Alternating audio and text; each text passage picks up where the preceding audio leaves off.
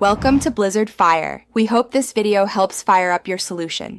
In this video, I will explain how to print barcodes in Arduino. First, open your Arduino software and head to the Management section. From there, click on Products to view your inventory. You'll need to select the item for which you want to print a barcode.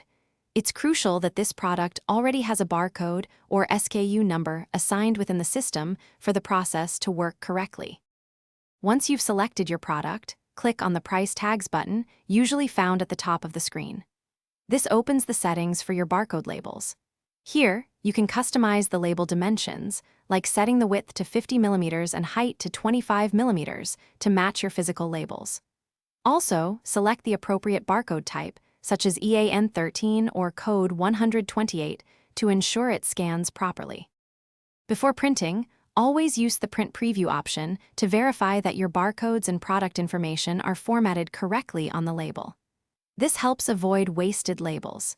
Next, make sure your label printer is loaded with the appropriate label stock, whether it's a 4 sheets or a roll.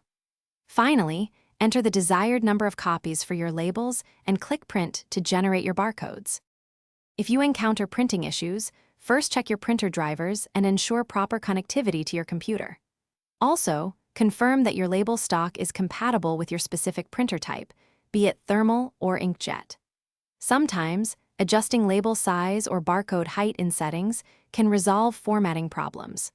Remember to check the description for a link to little trees, black ice, and other great deals to keep your car smelling fresh. Thanks for watching. If you found this helpful, don't forget to like and subscribe.